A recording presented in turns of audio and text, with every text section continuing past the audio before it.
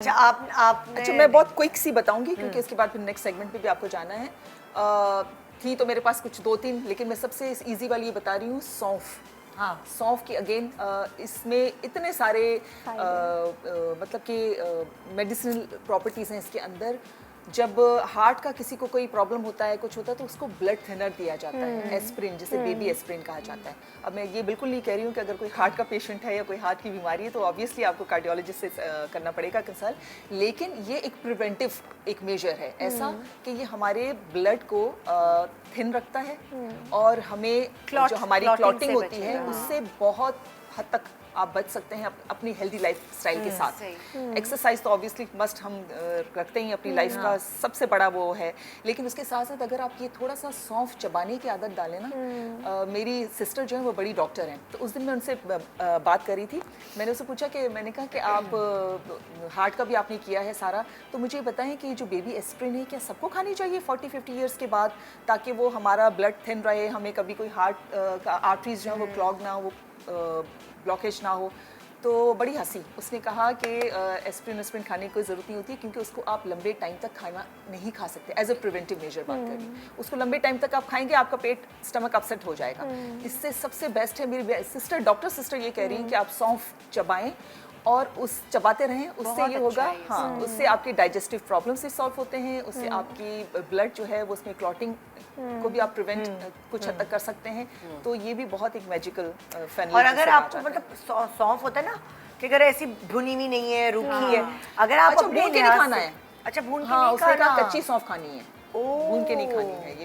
ये भी क्योंकि लोगों ने तो ऐसे मसाले बनाए हैं, ये लो भाई हमें भी दो। नादिया हुसैन वो पूरा बना के डब्बा घूमती है, उसमें मिठास भी है, और वो मैंने कहा यार दो क्योंकि वो खाना नहीं खाती ना। हाँ वो सौंफ खाती है, सौंफ से उसका वो शुगर लेवल्स भी ठीक रहते होंगे।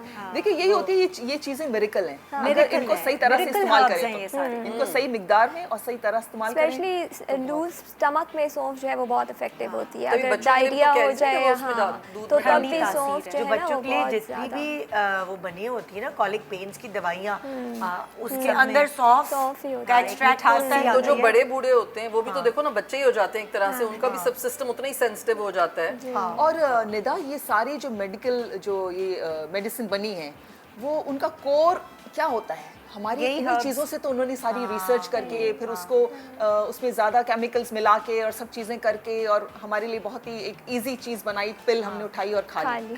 थोड़ी सी अपनी सेहत के लिए अगर आप चाहते हैं, जैसे हम बाहर का खाना अवॉइड करना चाहते हैं, तो जाहिर आपको घर पे ताज़ा खाना बनाने के लिए एफर्ट करना पड़ेगा। तो ये तो चीज़ें हैं, थोड़ी बहुत तो मेहनत करनी पड़ती है बिल्कुल सेहत के लिए। अच्छा जो हमारे घर के बुजुर्ग होते हैं उनको वैसे डॉक्टर ने इतनी दवाइयाँ लिख के दी होती है, वो बेचारे जो है ना मतलब इतने बड़े बड़े डब्बे, इतने बड़े बड़े डब्बे होते हैं उनके पास, वो दवाइयाँ खा खा के अक जाते हैं। अब वो जो उनका जो चल रहा है सिस्टम कि शुगर की दवाई तो बीपी की है वो तो चल रहा था, उसके ऊपर से उनको नज़ला खांसी जुकाम या कुछ और चीज़ हो जाए तो उस पर उनकी हिम्मत नहीं होती है। मेरे पास जबरदस्त चीज़ है, एक दवाई और खाऊं। तो प्लीज किचन से अपने कुछ बताइए। तो किचन में जबरदस्त चीज़ है, वो कहाँ ले तो नहीं गए उठा के, नहीं अच्छा देखो, एक तो आपको जो थोड़ा बुजुर्ग होते हैं उनका इम्यून सिस्टम भी थोड़ा वीक हो जाता है, तो उसको ठीक रखने के लिए जो है ना आपने करना ये है कि आपने एक अच्छा ये तो अलग आ गया, दूध हल्दी तो अलग आ गया, ये तो एक रात में अगर आप उन्हें दूध दे रहे हैं तो थोड़ी हल्दी मिला के दे दें, उससे कि आपके बॉडी पेन्स ठीक हो जाते हैं और आपके अगर अंदर भी कुछ, क्योंकि ये एंटीबायोटिक प्रॉपर्टीज है ना इसके अंदर, antiseptic sorry anti microbial properties सब है, वो भी होती हैं, एंटीबैक्टीरियल भी होती हैं। हाँ, तो ये जो है उससे बड़ा फर्क पड़ता है। अच्छा जी, मैं उसकी जो बात बता रही थी आपको वो ये है कि जो इम्यूनिटी के लिए सुबह में आप अगर नज़ला भी हुआ है और लो इम्यूनिटी है तो आप सुबह में एक चाय बनाएंगे जिसमें अदरक और ये दालचीनी ये आप डाल के उसको उबाल लेंगे, और अगर मतलब किसी का टेस्ट नहीं होता तो थोड़ी सी ज़रा सी पत्ती भी डाल दें, थोड़ी सी कावा टाइप का बना लें और उसमें अदरक और दालचीनी ये डाल के उसको उबालें और फिर वो कावा पिए सुबह निहार मुँह, तो इससे भी बड़ा आपका अच्छा ये तो हम दूध वाली में भी डाल सकते हैं अदरक। हाँ, दूध वाली में भी डाल सकते हैं अदरक, लेकिन ये मसाला टी बनती है। हाँ, लेकिन इससे किसी का टेस्ट डेवलप नहीं है या हमें हमारा टेस्ट एक्चुअली डेवलप नहीं है यहाँ पाकिस्तान में। अदरक टी कोई मुझे बोले मुझे तो इरिटेशन हो जाती थी पहले, लेकिन ये कि अदरक के साथ दालचीनी पानी में आप उसको कर लें और फिर चाहे तो थोड़ा शहद डाल लें आप उसमें, तो ये बड़ी अच्छी होती है आपके इम्यून सिस्टम के लिए, और आपका नज़ला भी सही होता है, सीना भी ठीक रहता है। अच्छा, मैं थोड़ा सा हल्दी का जो है वो और भी अगर आप कहें तो मैं फ़ायदा बताऊं इसका।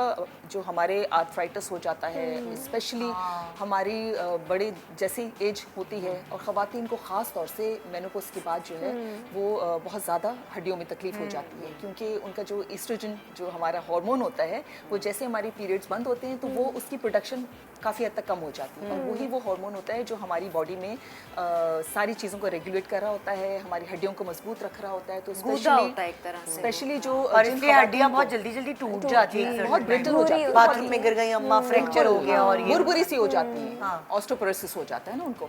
तो उनके लिए जो है वो बहुत, हल्दी जो है ना वो एक मिरेकल है। हल्दी को इतने पुराने एंशिएंट ज़माने से जो है ना इसको एक ऐसा हर्ब माना जाता है, इसमें है करक्यूमिन, एक जो हल्दी को कलर देता है, वो जो एजेंट है इसका मेडिसिनल एजेंट वो है करक्यूमिन, जो कि एंटीबैक्टीरियल है, एंटी इन्फ्लेमेटरी है, क्योंकि जब घुटनों में जब दर्द होता है उसकी वजह ये होती है कि उसमें सूजन हो जाती है, इन्फ्लेमेशन हो जाती है। तो ये एंटी इन्फ्लेमेटरी इतना बेहतरीन किस्म का ये हर्ब है।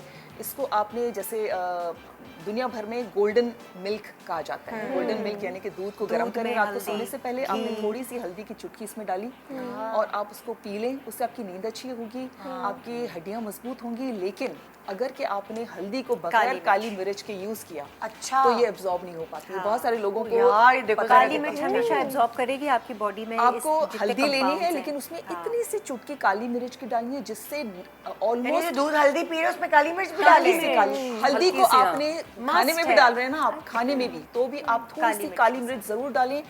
90% इसकी एब्जॉर्प्शन जो है वो बढ़ जाती है।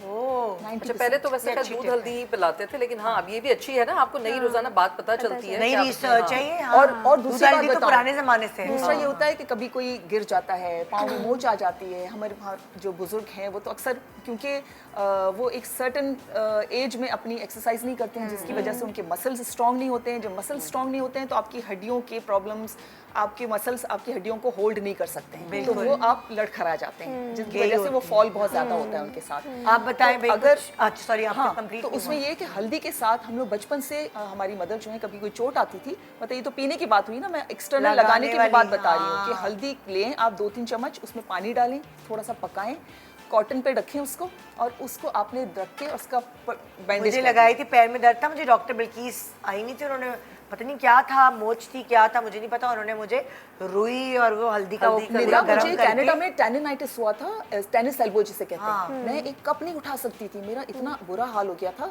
मैं ऑर्थोपेडिक सर्जन के पास गई, उसने मुझे कहा कि आपका ये जो दर्द है ना उसको 6 महीने से लेकर 1.5 साल तक, ये मैं बता रही हूँ ऑन रिकॉर्ड, 6 महीने से 1.5 साल तक लगेगा आपका ये दर्द ठीक होने में, टेनिस एल्बो का। मेरी एक वहाँ पर टीचर थी, उसने मुझे कहा कि जो ताज़ी हल्दी होती है वो तुम छोटा सा सुबह टुकड़ा लेके उसका जूस निकालो किसी तरह से, उसको तुम दूध में किसी चीज़ में मिला के पियो। वो यकीन करो मैंने 3 महीने सिर्फ वो किया, मेरा 3 महीने में मेरा आर्म जो है ना, ये हड्डियाँ पहले से मजबूत हो गई। वाह वाह वाह।